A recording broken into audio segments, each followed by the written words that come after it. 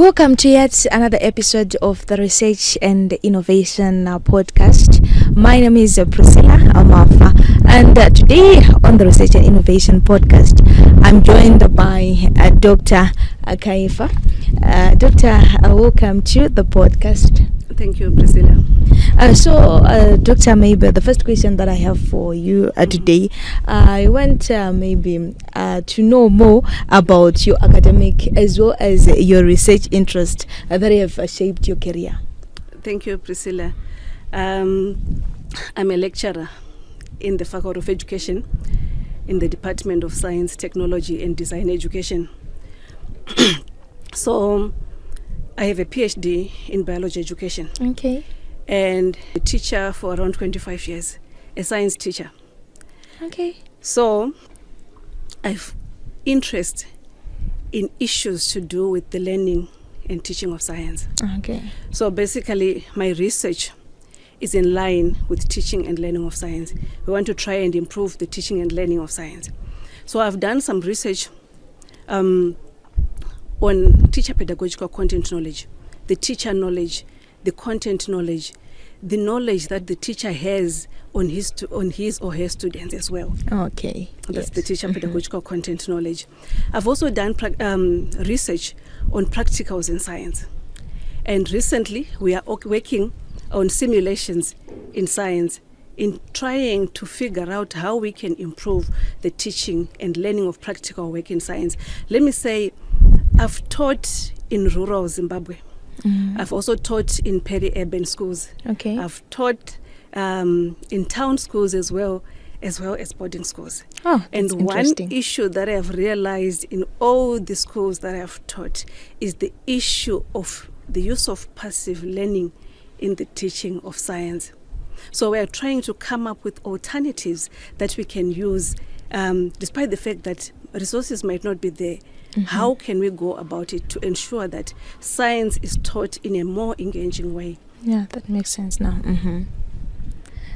That's interesting, and for me as a young lady, it's so empowering to see a fellow woman who is actually, into sciences and doing much when it comes, especially with sciences. We're born to think that men can be in sciences, can be the ones are pursuing maybe the issues to do with sciences, to do with medicine, to do with even research.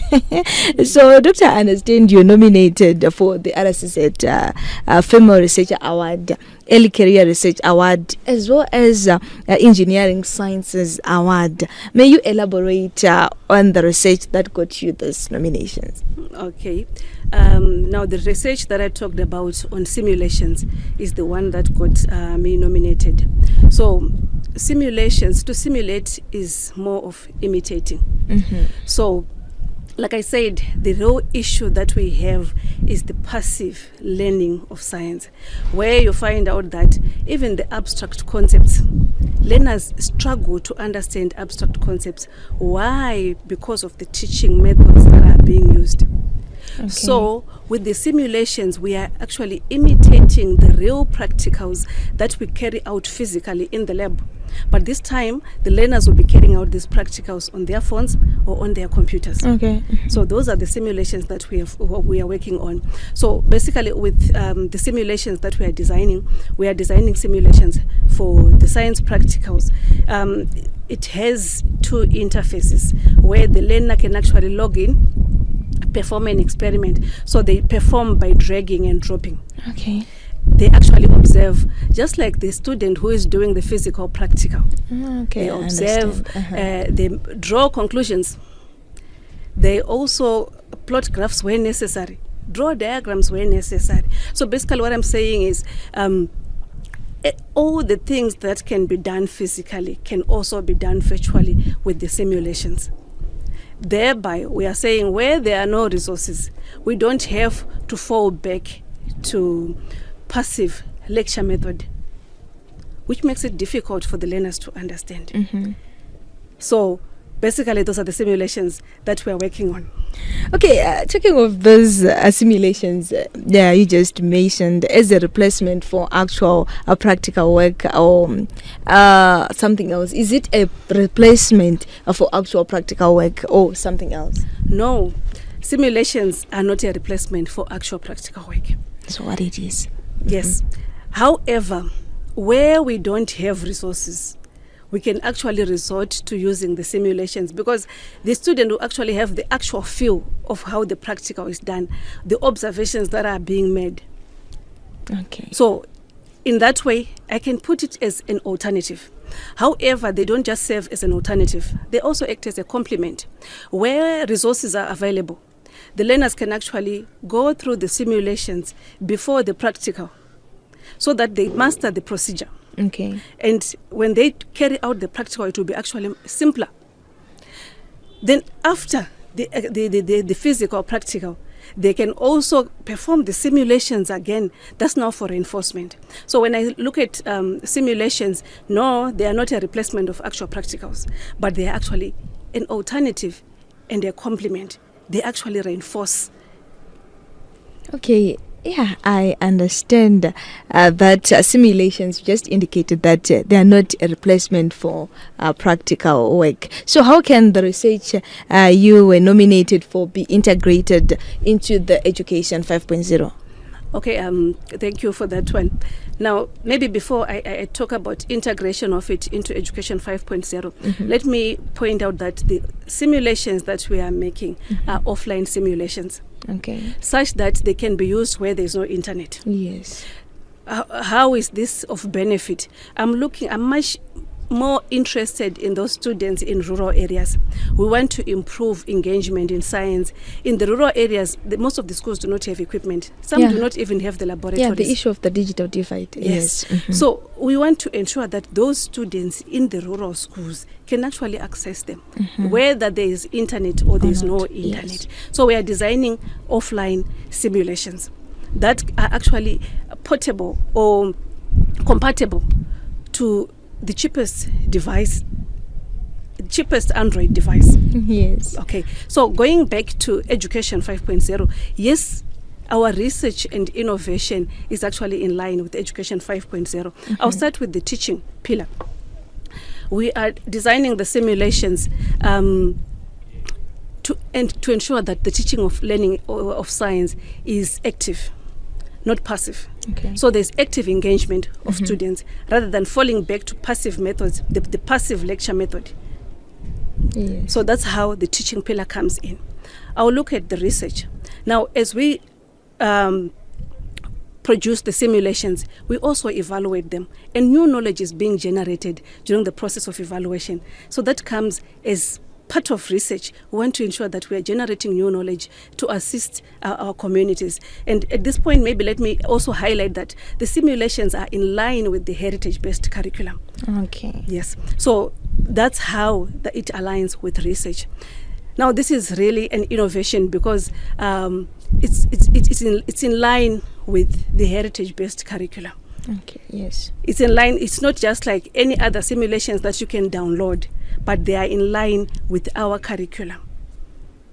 And they ensure that even students in remote areas where there is no internet, the students can actually access these simulations. So that's the innovation part. I'll move on to industrialization. We intend to partner with other, to have collaborations so that at least the simulations can be packaged and actually given to the students. So maybe partnership with Ministry of Primary and Secondary Education or other industries as well, to ensure that the simulations get to these rural areas or all these other schools that they are so needed. Then in terms of community service, yes, we're actually trying to save, especially those rural areas where there are no laboratories. We want to ensure that there's equity in science. We want to ensure that science is engaging. We want to ensure that there's access for all learners. Okay. Yeah, I just loved the part where you are actually emphasizing the issue of reaching out to remote areas, the issue of reaching out to marginalized areas, especially considering the issue of the digital divide. And I loved you indicated that you also consider that a cheapest device, the Android, will be used. I loved that part of your research. So as an educationalist, how do you intend to sustain as well as to grow your research? I mean, what strategies are you putting in place to ensure continuity and impact? Collaborations. Yeah, we're looking at collaborations with institutions, universities, teacher training colleges, so that at least we can teach our teachers who are still in training to use these simulations such that when they are deployed, this can be continued in the schools.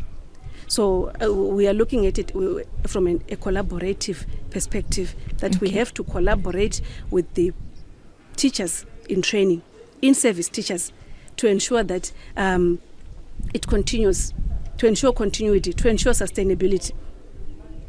Yeah, collaboration is indeed the way to go. And I remember before you also indicated that you are considering partnering the Ministry of, maybe primary and secondary education and even, tertiary. Yeah, so what's your bigger vision of this week? If all goes well, how would science education change because of your innovation, the issue of simulations? Okay, thank you. Now, the bigger vision. We have a vision. Let me say this is a collaboration from the science point of view. We also have collaborations with lecturers from the ICT. We have Mr. Jamba, and we also have Dr. Mashingaize. So the bigger vision or the bigger vision that we have is to produce simulations for all practical work from Form 1 to Form 6 in line with the competence-based curriculum. That way, we ensure that no child is left behind in terms of practical work. Yes. So I'll go back again and say, in the marginalized areas, in the rural areas, uptake of sciences is low. Why students become demotivated? It's just the lecture method. It's passive. There are abstract concepts that they do not understand. So consequently, learners become demotivated. They perceive science as difficult. And as a result, they don't do the science. Most of them do not take up sciences for A-level. So we foresee a situation of an increase in uptake of sciences at A-level.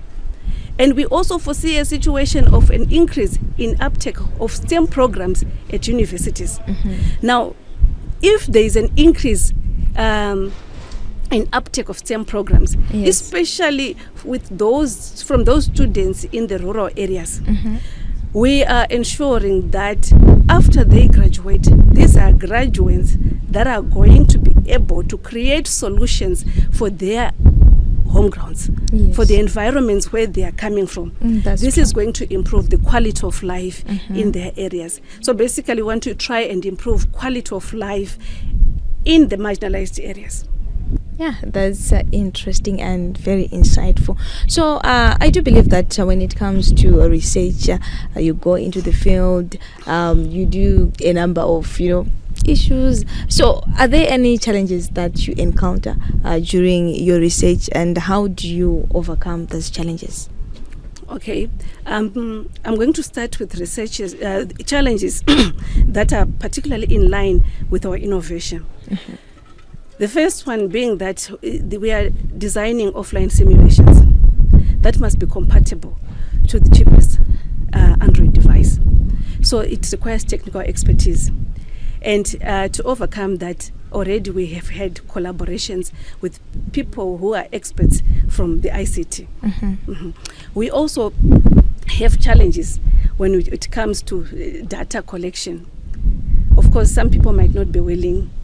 Those are some of the challenges that we face. But however, I think we are winning in terms of our innovation. Okay. Yes. Yeah. So maybe before we wrap up this podcast for today, what is your final message to educators, to policymakers, as well as to fellow researchers maybe that are watching right now? And how can the community at large, both in Zimbabwe and even beyond, get in touch with you in case, considering the issue of research and even learning and collaborations like you indicated? Okay. You want, partnerships, collaboration.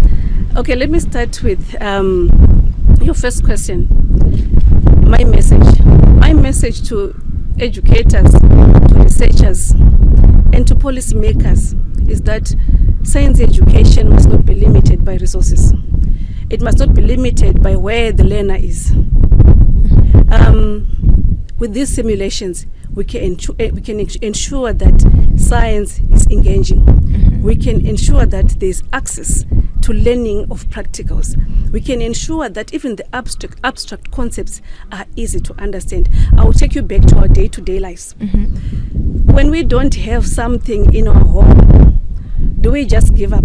No, we don't. No, we don't. So when we don't have the resources, I would just say, if we don't have mealie meal at home, does it mean we're going to sleep on an empty stomach? No, we don't do that. No, we don't do that. So the same applies to science education. Simulations can be an alternative. They can be a complement. They can be used to reinforce practicals. So we must not limit science education because of resources. With so many researchers that we have, I think we can go a long way using simulations to just be an alternative or to complement the resources that we have. Okay, thank you so much, Dr. Kaifa, for sharing, for these conversations and for your insights today, especially when it comes to simulations, when it comes to collaboration, and when it comes to not giving up. Especially, I also liked the part where you indicated that you are reaching out, especially for marginalized mining schools, marginalized communities. You're including them in your research, and you're not only focusing on peri-urban or on urban. My name is Priscilla Mafa. I'm your host today on the Research and Innovation podcast. There was Dr. Kaifa and Mr. Arwakonda on the sign language desk. Thank you.